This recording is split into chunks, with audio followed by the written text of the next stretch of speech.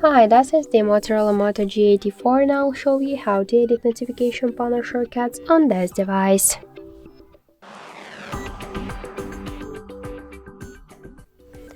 So open the control panel and just if you want to add here new options or remove some of the available options or just to change the positions of the icons, we should click here to this edit icon, then scroll down to this down section, and just to remove options from here you should hold the icon and drag it to this up or down section.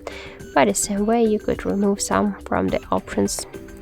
Also, we could just change the positions of the icons here, so just hold the icon and drag it by this way.